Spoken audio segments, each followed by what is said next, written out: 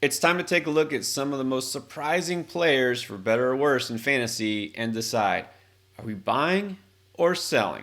First, let me remind you, this is the time to sign up for Underdog. If you haven't tried it yet, you can get a 100% deposit match up to $500 just for using promo code ENDGAME, or just click the link down below. You get also a free pick for a new customer special. That is Lamar Jackson over 0.5 total yards. You take the higher there, you combine it with any other pick you like, and you can triple your money instantly. Just make sure when you sign up, use that promo code ENDGAME. All right, let's start with a guy who's bound to be a popular pickup heading into week 9, a guy that a lot of people were in on before the season and then just jumped off because Jahan Dotson had not done much. But now we have an explosion, 108 yards on 8 catches and a touchdown. Are you buying this based on the talent? Yeah, I am, and that's the reason why. I really like Jahan Dotson. I really like the talent here. Did not get off to the start we wanted to see, of course, but it looks like it's coming around. I still want to buy into the talent here. And look, Sam Howell is slinging it. He's throwing the ball a ton, so I do think we see Jahan Dotson have a much better second half than first half. I am buying this resurgence. I am too, and I'll say this. I was out on him right before the draft season ended because the price just got too rich. People were expecting way too much. But I didn't expect him to be as bad as he was early in the season. I mean, it's just so inconsistent. This whole Washington offense is really hard to trust. But I'll do it because the talent's not a question, and now the target share is there. I mean, enough upside here. I'm going to buy into him. Now, another very talented young receiver who also is disappointed. Is it the same story with Christian Watson? No, definitely not the same story here, and it has nothing to do with Christian Watson. It has everything to do with Jordan Love and this Packers offense. This looks terrible. And look, I think early in the season we bought into Jordan Love because he was throwing a lot of touchdowns, right? He wasn't putting up huge yardage numbers. He was throwing a lot of touchdowns. Now that those have dried up, we're kind of seeing the real Jordan Love. This offense looks like a mess. The defense doesn't even look good. I really want to stay away here. Christian Watson, for me, not a buy. He's a sell. There's a lot of numbers on Jordan Love's side that point to wanting to stay away. Let me point to 2 numbers on Christian Watson's side. One of them is really not his fault either. Catch rate of 45.8%, not great, but it's also because his catchable target rate is only 66%. You got to get the ball in a place where he can make a play. This is a guy who needs that run after the catch opportunity. He is not getting it. Look, we can't just keep waiting and giving him the benefit of the doubt. Something has to change. Until that happens, I'm out on Watson. And now a rookie receiver who's been great lately, but Jordan Addison now, unfortunate situation. What do you do with Addison? Yeah, I mean, if you watched us this offseason, I talked about Jordan Addison so much, even I got sick of talking about Jordan Addison. But I love Jordan Addison, love his situation, love the talent. Looked like he was absolutely going to be a league winner this year. But not now. We know it's not going to be Kirk Cousins. It's going to be a significant downgrade, and I don't think he can overcome that. So as much as it pains me, as much as I don't want to, I got to say Jordan Addison is a guy I'm selling. This might be a time for me to kind of buy low because you're sure he's probably bound for a bad game or two. Look, it could just be a battered second half. I mean, we don't know how this offense is going to look. But I'm buying because I think you can buy low, and I think the target share is still going to be there. We don't know when Justin Jefferson's coming back. We don't know if Justin Jefferson's coming back. Maybe this team hits the skids and decides to keep him out longer. I still want to chase both talent and volume in terms of target share. So for that reason, if I can get Addison low in the trade market, I'll do it. Now, speaking of trades, one that didn't happen is Jerry Jeudy, so long rumored to be on the move and still in Denver. So he has sort of come on lately. The Denver Broncos are looking better. Are you buying into it? No, I mean, what did he have? Like 50 yards and a touchdown? I mean, look, for Jerry Jeudy, that's an explosion, but not buying into this. That Chiefs game was a weird game. Obviously, the offense for the Chiefs with Patrick Mahomes did not do what they normally do. This is a great time to sell Jerry Jeudy. I mean, for me, this is an absolute sell. I wasn't buying into him before the season. Haven't bought into him this season. I'm not buying into him now. I'm selling. Yeah, same. I haven't been in on Jeudy. I'm not changing my tune now. Like you said, he's not putting up 100-yard games. 50 yards, 64 yards. a random touchdown. Exactly. If I can get something for Judy, if I did have him on a roster, then I would be selling. Now, also in Denver, we got to look at Javonte Williams, the running back. He's been looking better significantly the last 3 weeks. Is this time to buy on Javonte? Yeah, I mean, I think the time to buy was last week, but you could still potentially buy on him this week. I mean, he did score a touchdown, but look, over 20 carries, over 15 carries the last week.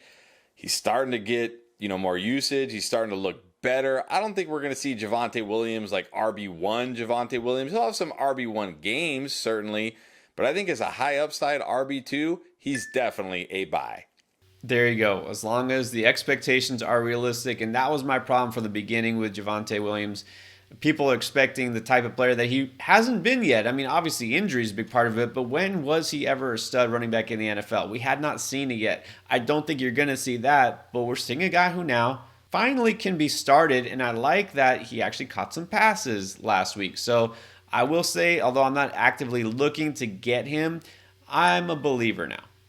All right, now, what do you do with a guy coming off a monster game like Gus Edwards? I know we're not due for another 3-touchdown outburst, probably, but he is the lead back there.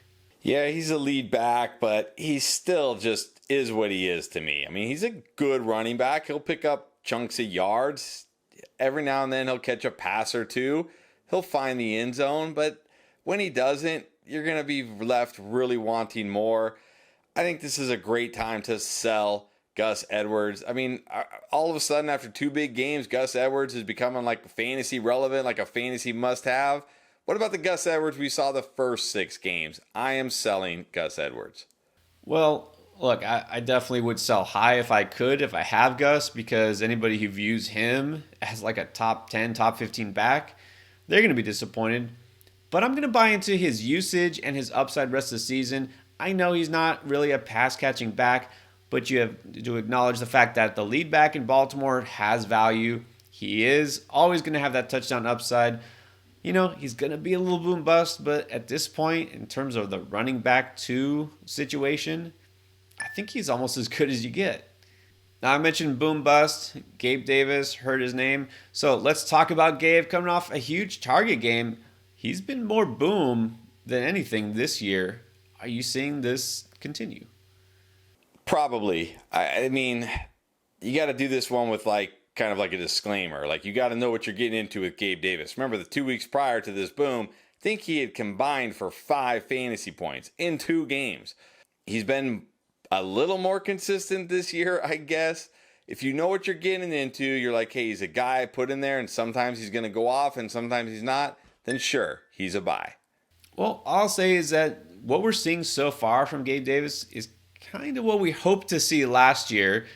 Maybe not reaching some people's unrealistic expectations, but he's had more good games than bad for the most part. I like the fact that he's getting targets so much, and I like the fact that I see this offense kind of figuring out its identity. It's throwing it to the wideouts, now just Dalton Kincaid, and not the running backs.